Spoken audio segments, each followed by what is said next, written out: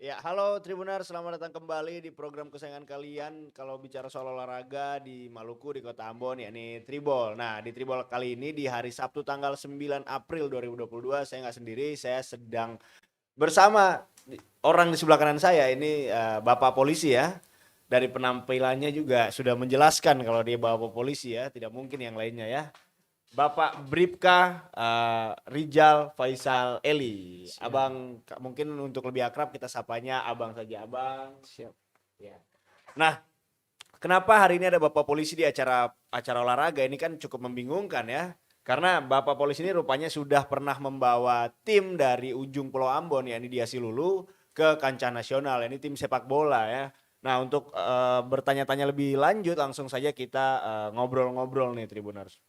Untuk Abang Ecal ya, sapanya Abang Ecal, Bang Ecal Siap, ya. siap. Abang Ecal, Abang Ecal ini mau sekarang ini dikenal sebagai apa? Apakah sebagai seorang pelatih sepak bola, apakah sebagai seorang polisi, atau dua-duanya? Siap. Terima kasih. Assalamualaikum warahmatullahi wabarakatuh. Untuk ketahui bahwa saya sebagai seorang polisi yang sudah pastinya lah. Pertama kali saya ditugaskan di Desa Silulu sebagai Babin Kamtibmas. Mhm, Di situ saya mulai mendapatkan tantangan dalam pelaksanaan tugas, yakni terkait dengan kenakalan remaja, masalah internal Kenakalan dalam remaja. negeri, maupun persoalan eksternal antara negeri di Antara Jasiraleh itu. Iya. Hingga itu saya berinisiatif untuk buat suatu tim sehingga bisa mengalihkan kegiatan masyarakat dengan tadinya mereka miras, kenakalan-kenakalan, Mhm, bisa memfokuskan ke olahraga. Hingga mhm, itu saya buatlah suatu tim sepak mhm. bola di sana dan saya berposisi sebagai pelatih. Pelatih. Oh. Siap. Jadi saya pagi ini saya bisa jadi pelatih ketika sore hari. Hmm. Paginya saya sambang ke masyarakat, sorenya baru saya ke lapangan. Lapangan sepak Siap. bola. Dari sekian banyak olahraga di Asilulu, pasti kan banyak yang digemari. Kenapa harus sepak bola? Apakah Abang Ecal ini dulunya juga mantan pemain sepak bola kah atau seperti apa? Oh, siap. Eh, saya dulu pemain sepak bola juga tapi amatiran.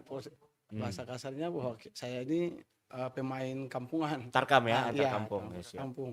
Di situ karena saya melihat juga adik-adik saya atau desa binaan saya ini punya talenta. Hingga Potensi. itu saya berinisiatif untuk buat tim. Mhm.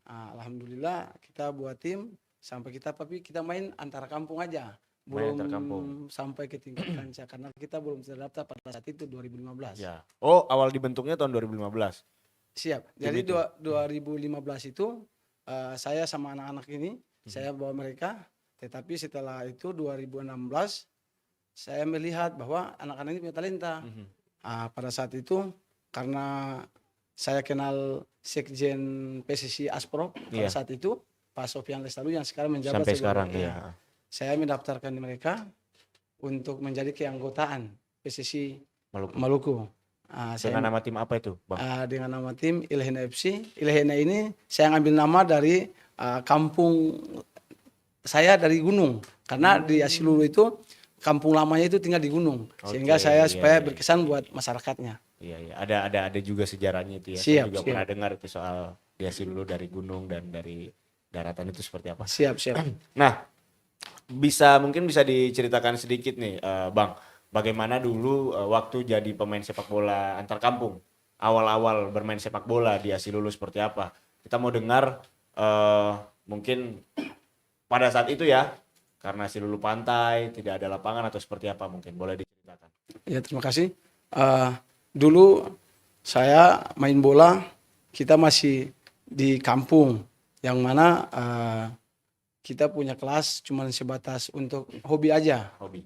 Di situ setelah itu saya berpikir bahwa alangkah baiknya anak-anak adik-adik saya ini, yang binaan saya ini punya talenta. Saya melihat hal itu karena kita di sana musiman aja. Ketika ada bola Piala Dunia, mereka bondong-bondong main bola. Ketika champion berbondong-bondong main bola. Tetapi karena saya lihat mereka punya talenta, maka saya berinisiatif untuk buat tim. Sehingga di situ saya mengajak juga para pemuda-pemuda untuk bergabung yang mana yang saya harapkan itu disiplin. Yang terpulang itu juga termasuk tugas tanggung jawab saya sebagai seorang Babin Kamtibmas, bahwa kalau saya melakukan sebuah tim, maka dengan sendirinya saya sebagai motivator mereka. Dari hal itu saya bisa mengajak mereka untuk menjadi motivator buat teman-teman yang lain, sehingga tingkat kejahatan maupun gangguan Kamtibmas di desa binaan saya itu juga baik begitu. Bang, tapi ini pastinya kan akan ada pro kontra nih. Dimana ketika seorang polisi bikin tim sepak bola, apalagi kalau misal kita berbicara soal tim sepak bola yang katakanlah semi profesional ya, karena sudah didaftarkan di Asprof PSSI Maluku, pastinya pelatihnya juga harus berkompeten dan lain sebagainya. Bagaimana abang melihat hal itu begitu? Kayak pelatih harus ada lisensi begini begitu, bagaimana? Siap. Untuk ketahuan bahwa Ilhen FC setelah didaftar, saya itu tantangan pertama buat saya, punya lisensi. Tetapi karena saya seorang polisi, saya mengangkat saya punya teman, dia bernama saudara Gerhan Eli. Saya kasih dana untuk dia bersekolah supaya dia dapat lisensi, sehingga ketika Ilhen FC ini ikut turnamen, tetapi pelatihnya sudah berlisensi. Di situ karena kemarin ada beberapa turnamen dia ada pergi keluar, maka saya turun tangan langsung untuk langsung melatih gitu. Oh, jadi abang yang membentuk Ilhen FC tahun 2015, kemudian karena permasalahan kekhawatiran lisensi ketika turnamen, kemudian panggil saudara siapa? Gerhan Eli. Siap, untuk jadi pelatih. Sampai sekarang anak-anak Ilhena FC sudah berapa orang bang binaannya gitu? Binaan saya dari 2015 hingga sekarang kurang lebih 200 orang lebih. 200? Iya, karena setiap turnamen yang kita ikut itu mulai dari Danon anak-anak, Danon Cup, ya. Suratin. Kita ikut, Liga 3, Liga 3 kita ikut dari 2016, 17, dan 18, dan juga Liga Nusantara. Dan juga Liga Desa Nusantara. Liga Desa Nusantara. Sebentar. Pernah ikut Danon, Suratin, Liga 3, Liga Desa Nusantara. Artinya ada pembinaan yang berjenjang di situ. Berkesinambungan dari U12 mungkin. U10 ya, dari U10 sampai senior, sampai di taraf Liga 3. Bagaimana abang membagi waktu antara menjadi polisi, kemudian jadi pelatih sepak bola begitu? Oh ya. Sepanjang beberapa tahun ke belakang. Jadi untuk menjadi pelatih dengan polisi membagi waktu, ini saya sudah berkoordinasi dengan Ibu Kasat Polres Ambon dan juga Pak Kapolsek, di mana pada saat satu hari 24 jam saya fokus ke masyarakat. Iya, pagi. Jadi sebelum saya ke masyarakat, saya ke kantor desa dulu. Ke kantor desa, setelah itu saya sambang kunjung ke masyarakat. Ketika ada masalah di masyarakat, saya panggil, kita problem solving, penyelesaian masalah di desa. Setelah itu pada jam 4 sore, jadi untuk pelatihnya saya fokus jam 4 sore aja. Oh, latihan jam 4 sore 4 sore. Jadi jam 4 sore sampai selesai, mungkin sudah mau maghrib kita briefing untuk saya memberikan aman-aman sedikit buat mereka supaya jangan malam-malam hari tidak boleh melakukan hal-hal yang merugikan, sehingga pemain-pemain itu dapat dirugikan dengan mengurus miras maupun kenakalan yang lain. Apakah sudah berkurang bang dari tahun 2015 sampai 2022 ini? Artinya kan Ilhen FC, pembentukan tim ini kan dibentuk untuk mengurangi kenakalan remaja, kemudian yang kayak suka pencuri-pencuri yang tadi abang bilang tuh. Apakah sudah berkurang tuh? Bagaimana dampaknya ke masyarakat begitu? Ya, alhamdulillah dari terbentuknya Ilhen ini dampak itu sudah sangat dirasakan. Apalagi kalau kita sementara ikut turnamen itu saya kawal betul, dari pagi saya kawal sampai malam, bukannya cuma saya lepas begitu. Jadi itu saya udah berikan sanksi buat pemain-pemain kalau ada yang berani buat pelanggaran. Di sini karena saya berpikir bahwa main bola bukan sekedar main bola, tetapi tingkat disiplin itu yang penting. Tidak segan-segan pun ada pemain saya yang memang handal, menurut saya langsung pecat. Kalau misalnya dia buat pelanggaran. Dan juga alhamdulillah di masyarakat itu sekarang tingkat kejahatan pencuri, nakal-nakal, perkelahian antar kampung, biasanya minum sopi lalu jaga-jaga orang di tengah jalan itu sudah sangat-sangat berkurang. Sudah sangat-sangat berkurang. Ya. Artinya berarti ada perkembangan bagaimana Asilulu hidup melalui sepak bola. Siap, Kita siap. tidak lagi berbicara soal cuma kampung sepak bola Siap, Tulehut, siap, Hila, tapi siap. juga ada keragaman dari Asilulu. Bang, 200 orang bang, pernah ikut Liga Danon Cup, Liga 3. Kenapa kemarin tidak ikut bang? Kemarin Liga 3 kita tidak ikut. Yang pertama karena saya fokus ke Liga Desa Nusantara. Karena kita ikut 2016, 2017, 2018 kita ikut. Pada saat 2019 itu saya lebih sedikit fokus ke Liga Desa Nusantara karena pada saat itu jenjang kita main di tingkat kecamatan kita lolos juara 1, tingkat kabupaten kita fighter dengan kabupaten yang ada di Maluku kita juara 1, dan juga pada saat itu pas berpapasan. Jadi pemain saya ini satu negeri jadi kurang. Kalau saya membagikan sebagian pemain ke Liga 3, sebagian ke Liga Desa, nanti takutnya jangan sampai cedera karena saya melihat peluang untuk kita juara ini Liga Desa. Maka saya lebih fokus ke Liga Desa. Peluang untuk juara ke Liga Desa ini Siap. menarik bang. Apa yang ditakutkan dari peserta Liga 3 kemarin bang? Tim mana kira-kira? Tim Liga 3 yang saya khawatirkan yang pertama yang sudah pasti. Maluku Putra yang Maluku FC yang baru dibentuk. Iya. Kedua Pelau Putra. Pelau Putra juga Hila Putra juga. Mamala Putra. Mamala. Kalau Hila kita kemarin masih bisa kita ada juga kita menang Hila Putra. Berarti ternyata ada juga tim yang disegani ya oleh Ilhen FC ya.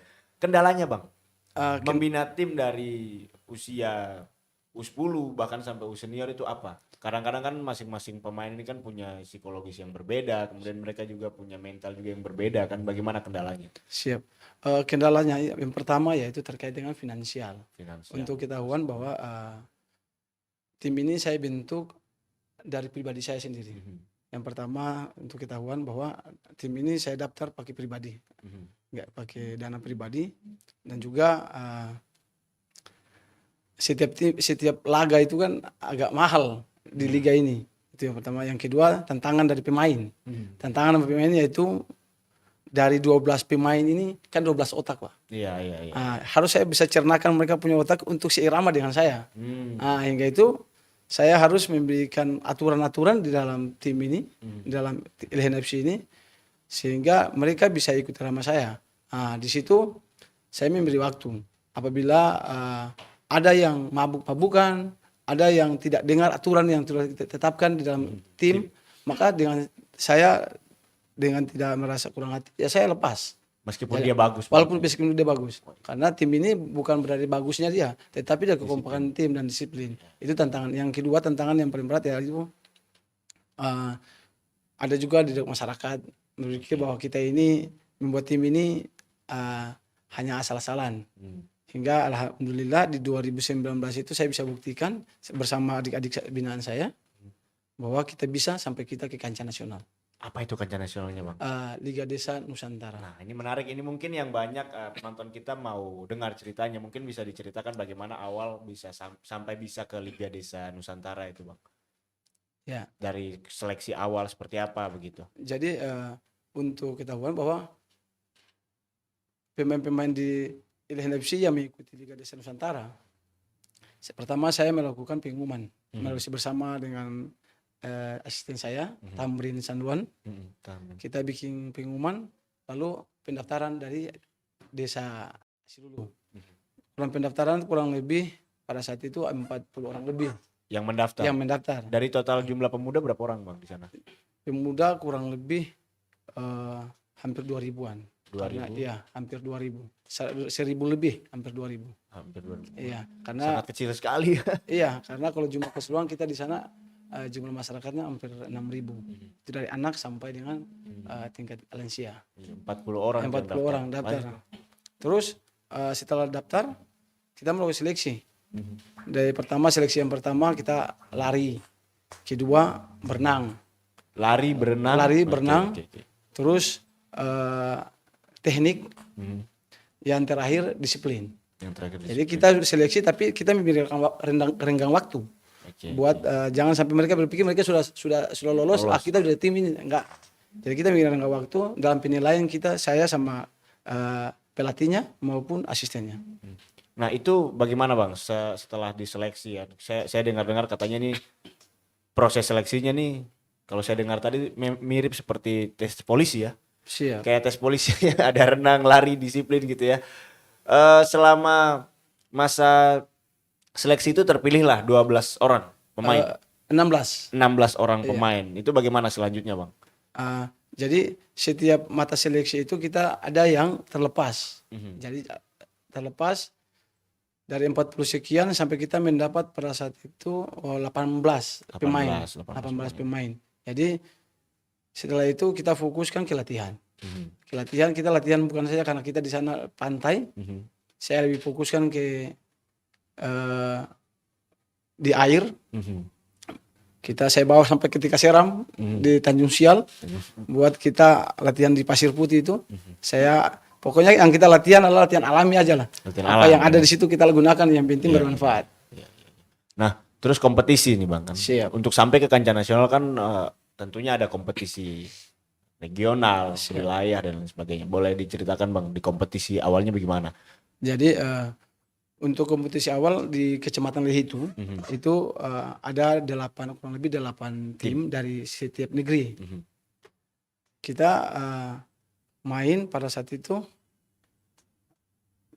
4 kali main. Terakhir kita menang 3 kali menang. Terakhir kita melawan Hitu, desa Hitu. Di situ di final itu karena disampaikan bahwa tim yang lolos 2 tim ke regional provinsi. Jadi pada saat itu kita runner up. Hasil dulu kalah dari Hitu melalui adu penalti. Tetapi kita lolos karena untuk mencapai satu juara, maka pada saat itu final. Tapi yang lolos pada saat itu dua tim. Yang lolos. Iya. Jadi walaupun kita kalah di final, tapi tetap kita lolos. Gitu.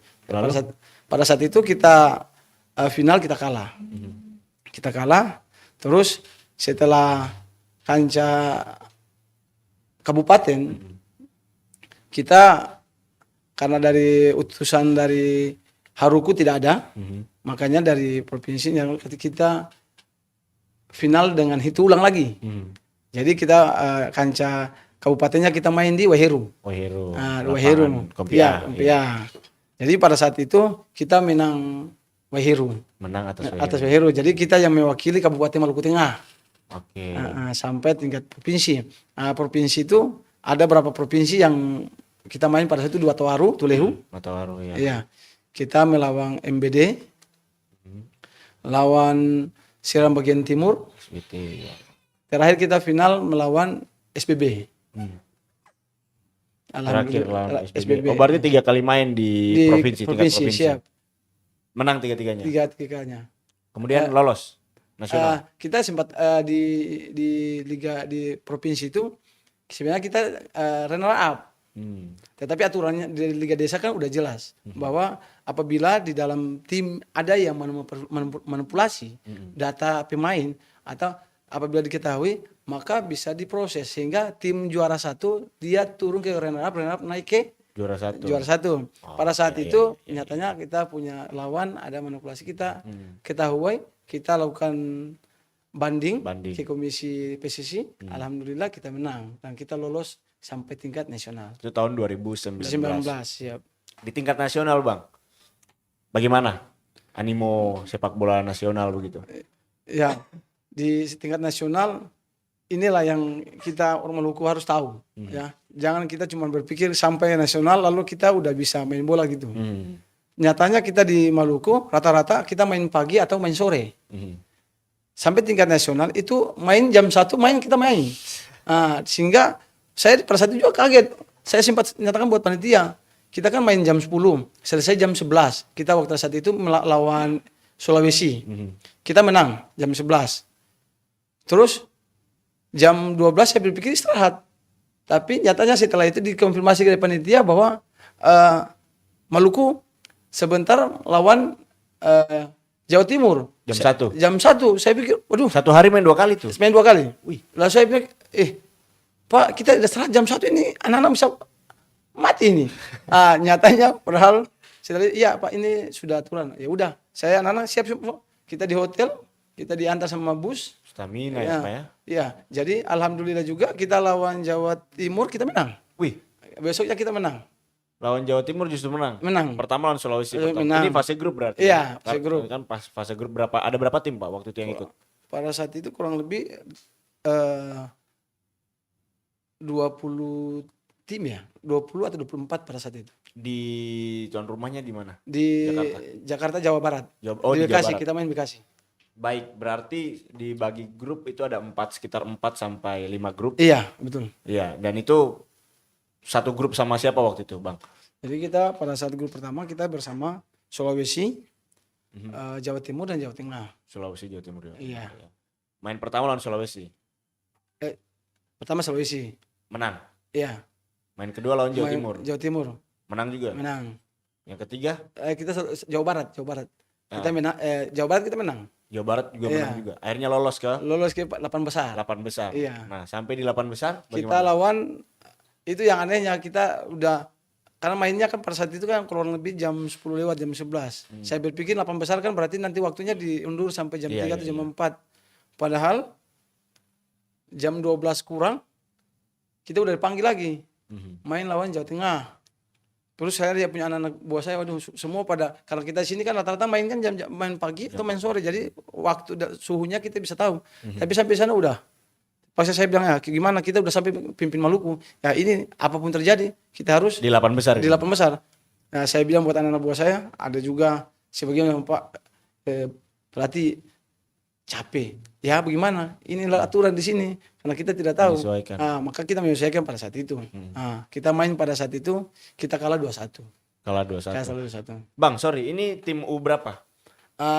Dia di usia 17. U17 ya. ya. Jadi antara anak SMP SMA kelas 3 sama yang baru lulus. Iya. Seharusnya disuratin pun itu kemarin kan jadwal mainnya itu minimal 1 hari 1 kali. Iya. Makanya saya juga kaget kalau misal 1 hari main 2 kali nih. Kan U17 itu regulasinya mainnya 40 menit kali 2 ya. 40 kali 2, 40 menit kali 2 gitu. Makanya kalau 1 hari main 2 kali juga saya rasa biar sekelas Cristiano Ronaldo juga itulah tepar. Makanya kita bingung, makanya saya bilang sampaikan ini kan kita udah mulai di usia dini juga, usia 10. Alhamdulillah kemarin kita ikut di KKB Polri Cup. Kita usia 12 menang. Iya. Insya Allah tanggal 1 Juli sampai tanggal 5 ini kita udah berangkat ke Jakarta juga. Tanggal 1 Juli sampai tanggal 5. Iya. Akan mau berangkat ke Jakarta. Makanya yang saya terapkan di sana, biar siap pun saya kasih latihan. Biar siap. Tapi saya siapkan mereka punya aqua juga biar jangan dehidrasi. Bang, 2015 Ilhen FC terbentuk sampai 2022, sejauh ini prestasi apa saja nih yang sudah didapatkan?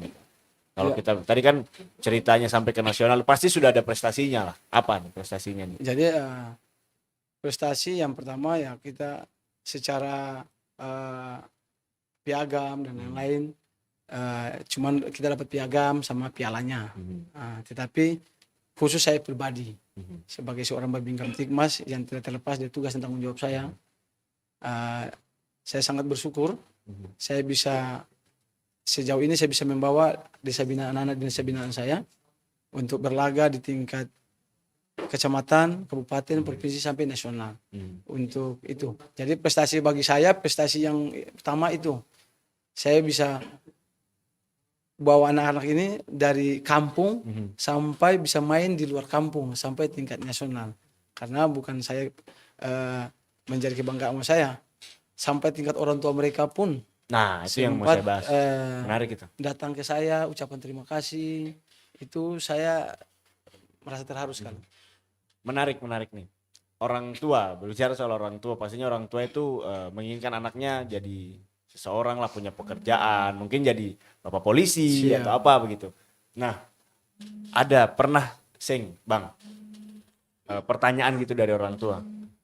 Misalnya, Pak, ini katong anak-anak main bola terus bisa jadi apa begitu?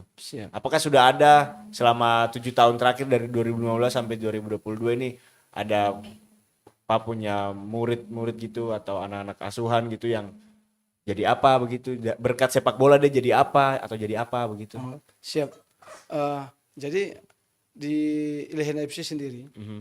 Yang pertama, saya sangat-sangat bertujuan biar ada manfaat di sepak bola ini buat saya punya pemain-pemain. Mhm. Hingga itu saya bentuk tim ini merupakan titik batu loncatan buat mereka.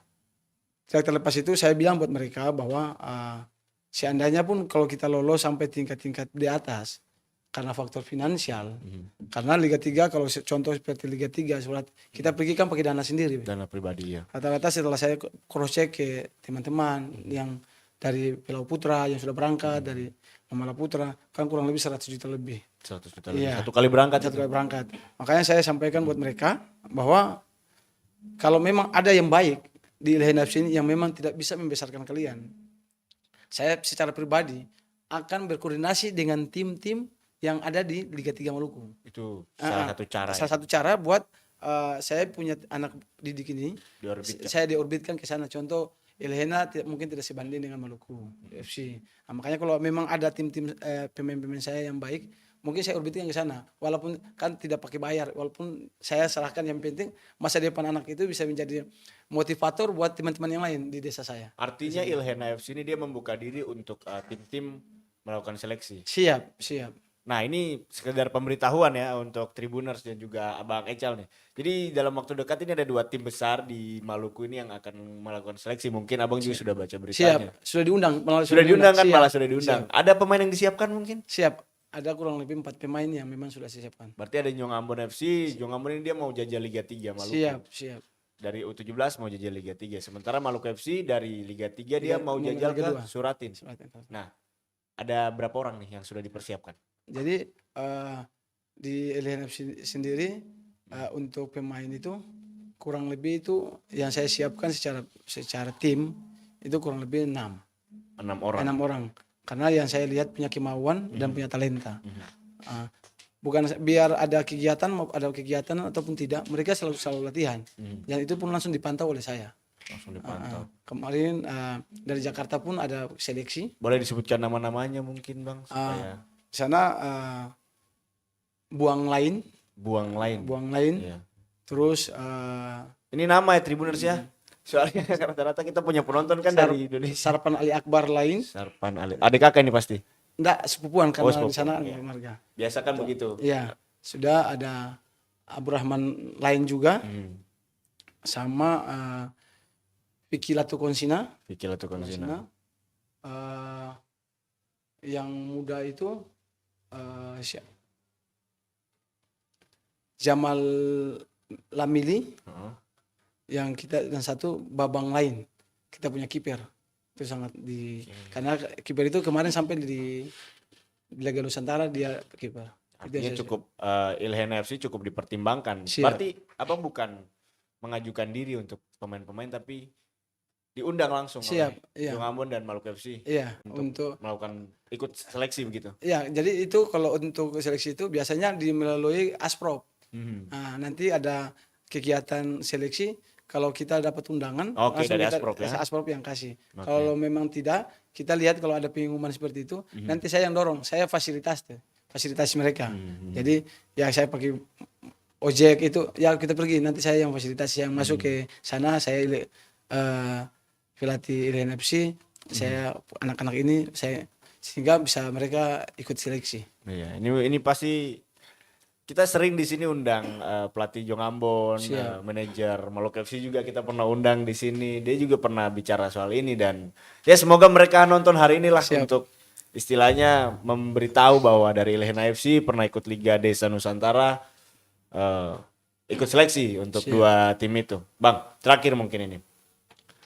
Harapannya Bang untuk anak-anak di Asilulu untuk sepak bola mereka ke depannya seperti apa ini? Ya, kasih harapan saya yang pertama untuk anak-anak didik saya, jadikan sepak bola ini sebagai media untuk yang pertama sekali untuk silaturahmi.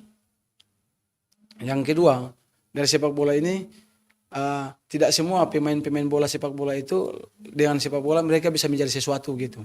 Tetapi mungkin dengan sepak bola ini kita bisa mengambil hikmah, yaitu kedisiplinan. Mungkin dengan disiplin mereka bisa mengikuti seleksi polisi maupun tentara. Iya. Mereka bisa lolos Terus juga dengan sepak bola ini mungkin kedisiplinan mereka untuk bekerja di tempat-tempat selain wira swasta, selain TNI Polri atau instansi di wira swasta, mungkin itu bisa dijadikan sebagai tolak ukur buat mereka supaya ke depan mereka lebih bagus begitu. Yang pastinya membangun sepak bola bukan cuma soal olahraganya saja, Bang ya, Siap. tapi juga bagaimana soal kedisiplinan, Siap. kemudian tahu benar dan salah. Itu. Karena itu nilai-nilai olahraga yang memang harus dibangun itu betul. dari usia dini begitu. Siap. Ya, ini kebetulan ada salam-salam ini Bang di Facebook dari Iful Eli. Sukses selalu Bang. Kemudian ada juga dari Reki Saukoli. Mantap dia bilang.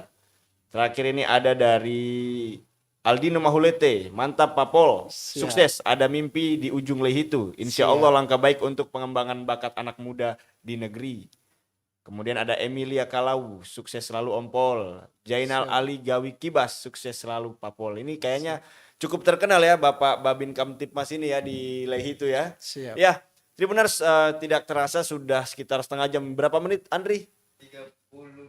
Iya, 32 menit. Saya lihat memang Bapak Babin Kamtipmas kita yang satu ini sibuk ya, dari tadi teleponnya bunyi terus ini. Saya takutnya ada yang penting ini yang harus memang panggilan tugas gitu kan.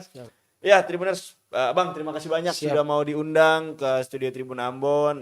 Ini yang bisa kita berikan, ini yang bisa kita bantu untuk support bagaimana kasih tahu ke masyarakat luas bahwa di Asilulu ada tim sepak bola, di Asilulu ada Abang yang sudah berjasa untuk bangun tim sepak bola di sana. Cuma ini yang bisa kita bantu Bang. Tapi ya semoga banyak investor yang mau nyumbang begitu untuk event-event selanjutnya sepak bola di Maluku, terutama di Asilulu.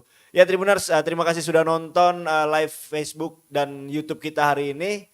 Saya Dedi Aziz bersama Abang Ecal Eli. Kita berdua pamit undur diri. Wassalamualaikum warahmatullahi wabarakatuh. Terima kasih sudah nonton. Jangan lupa like, subscribe, dan share ya.